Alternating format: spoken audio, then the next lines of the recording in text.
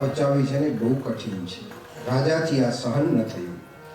આ મારો મંત્રી મિત્રમાંથી પાછો મંત્રી ભાવ આવી ગયો અને એને જેલમાં પૂર્યો. ભગવાન જે કરે સારા માટે, મારી આંગળી કાપી નાખી સારા માટે બોલે છે. મંત્રીને જેલમાં નાખ્યો. રાજા ફરી ગયો એકલો વનમાં 2-4 દિવસ પછી અને દૂર દૂર જંગલમાં નીકળી ગયો.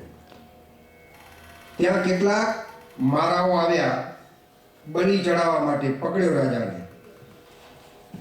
આખું શરીર જોયું તો એ ખંડિત હતો. આંગળી કપાઈ ને એટલે એવું ચાલે નહીં, તો સંપૂર્ણ જોઈએ. રાજાને છોડી મૂક્યો. રાજાએ કહ્યું, વાત સાચી છે, હા, ભગવાન જે કરે ને એ ભલા માટે. આપણે એવું જ વિચારીએ છીએ ને, કંઈક સારું થાય એટલે કે આ બહુ સારું થયું. જરાક દુઃખ આવે એટલે કઈ ભગવાને મારું બધું બગાડી નાખ્યું.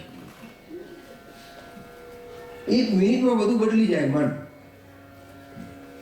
પછી પેલા મંત્રીને મુક્ત કર્યો અને કહ્યું કે ભગવાન ભલા માટે, મારું તો ભલું થયું પણ તને જેલમાં રહેવું પડ્યું તેનું શું? તો એ મંત્રીએ બહુ સરસ જવાબ આપ્યો કે મારા માટે તો એટલી અનન્ય કૃપા હતી, કારણ કે હું જો જેલમાં ના હોત તો તું મને સાથે લઈ જા અને તારી જગ્યાએ મારો વારો નીકળી જાય. એટલે મને જેલમાં પૂર્યો ને એ પણ ભલા માટે હતું. બસ માણસ આટલું યાદ રાખે તો એને અમેરિકાની મંદીની તાકાત નથી હેરાન કરી શકે.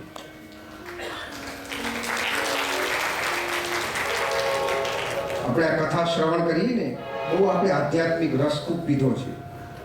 આત્માની જીવાત્માની બહુ ચર્ચા કરી છે. હવે આપણે આ કથાને સાર રૂપે સમજવાની છે. 2 દિવસ વચ્ચે વચ્ચે થોડું રસપાન કરતા રહીશું કથાનું. પણ અત્યારના જે સમય છે, પરિસ્થિતિ છે, તેને ધ્યાનમાં રાખીને જો માણસ આવું વિચારે કે પ્રભુ જે કરશે તે મારા સારા માટે હશે, જે થવાનું છે તે આપણને ખબર નથી. કોઈ પણ બાળક હોય ને એને ખબર નથી. એ બાળકના મનમાં થાય મને મારી મમ્મી કેમ અત્યારે કડવી દવા આપે છે, આપણે જાણતા નથી. બીજી વાત, 2 બાળક જમવા બેઠા હોય તો એક બાળકને એની માં 5 વર્ષનો બાબો હોય તો એને અડધો લાડવો આપે કે 1 ચમચી શ્રીખંડ આપે, અને 25 વર્ષનો બાબો સાથે બેઠો હોય તો એને વાટકી ભરીને શ્રીખંડ આપે. પછી પેલો નાનો બાબો હોય ને એ મનમાં વિચારે કે આ મારી માં છે ને પાર્સાલિટી કરે છે, પાર્સાલિટી કરે છે, પાર્સાલિટી કરે છે. તો એ યોગ્ય નથી. એની મમ્મીને ખબર છે કે અત્યારે આને 1 ચમચી શ્રીખંડ પચે તેવું છે. એની મમ્મીને ખબર છે અડધો લાડવો જ આ પચાવી શકશે, અને 25 વર્ષનો છે એ 2 લાડવા પચાવી શકે એટલી તાકાત છે, કારણ કે જીમમાં જાય છે. પણ આ નહીં પચાવી શકે. હવે પેલો નાનો એવું વિચારે કે આ તો મારી માં પક્ષપાત કરે, પાર્સાલિટી કરે છે, તો એ યોગ્ય નથી. ક્રિયા ભેદ હોઈ શકે પણ ભાવ ભેદ ના હોય. માના હૃદયમાં છે ને ભાવ એટલો જ હોય, જેટલો ભાવ મોટા પુત્રમાં એટલો જ ભાવ નાના બાળકમાં પણ. ક્રિયા ભેદ હોઈ શકે, ભાવ ભેદ નહીં. કોઈ ભાઈ ભારતથી આવે, ઘરમાં પ્રવેશ કરે, એના મમ્મી હોય અને પત્ની હોય તો શું કરે? મમ્મીને જઈને પગે લાગે. એનો મતલબ એ નથી પત્ની પર પ્રેમ નથી, પણ પત્નીને પગે લગાડે. કોઈ લગાડે તો વાત જુદી છે, પણ આપણે જે નિયમો છે એમાં માતાને પગે લગાડે, મમ્મીને પગે લગાડે. બેનો લગાડે પગે, હા, ઘણી વખત પગે લગાડી દે તમને. અમેરિકામાં જ કોઈ એક બેનની ટચલી આંગળીનું આ ઉપરનો ભાગ વેડો હોય ને, એક કોઈના દ્વારા કાર ચલાવતા એક્સિડન્ટ થયું, આટલી ટચલી આંગળીની ઉડી ગઈ. એટલે એને $1 મિલિયન શું કર્યો, $1 મિલિયન. પેલા જજને નવાઈ લાગી કે ટચલી આંગળીની આટલી ઉપરની ટોચ અને તું મિલિયન માગે છે. તો કે આ આંગળીથી મારા હસબન્ડને નચાવતી હતી, હવે ત્યાંથી નચાવીશ.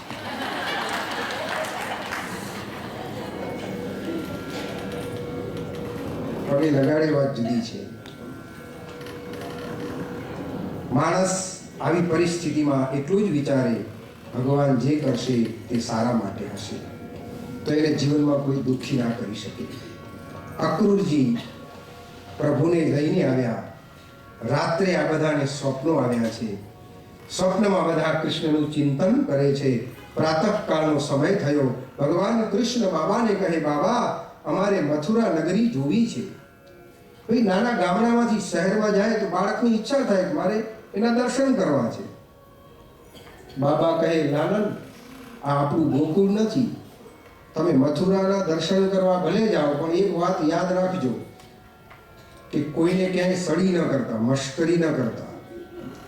કનૈયો છે ને અચગરો છે, અચગરો. સંસ્કૃતમાં અચગરોનો અર્થ થાય છે મશ્કરો,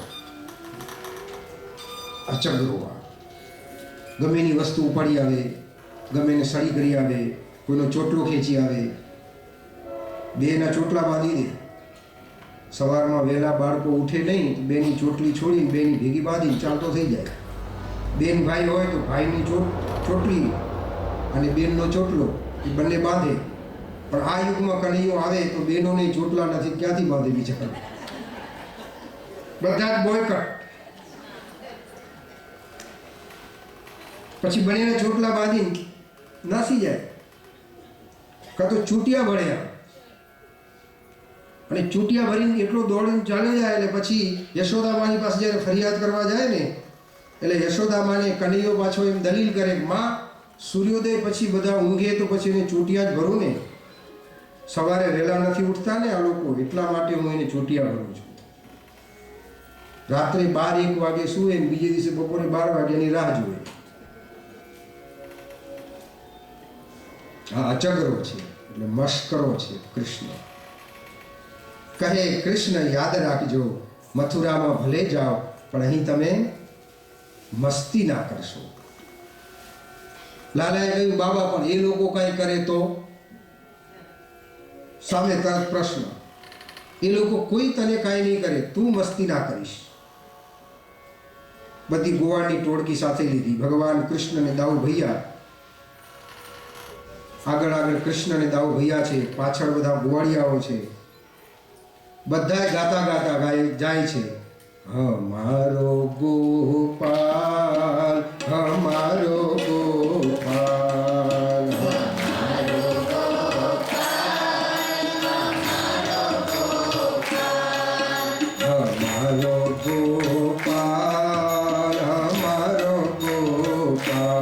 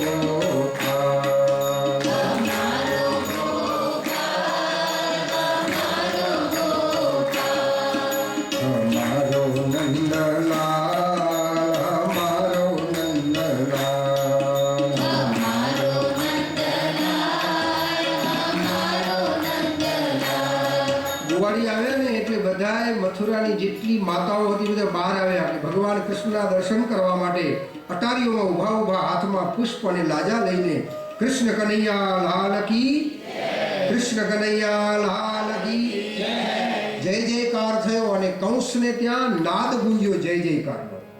કંસ ગભરાયો કે આ શું, કનૈયાની જય જયકાર કેમ બોલાય છે?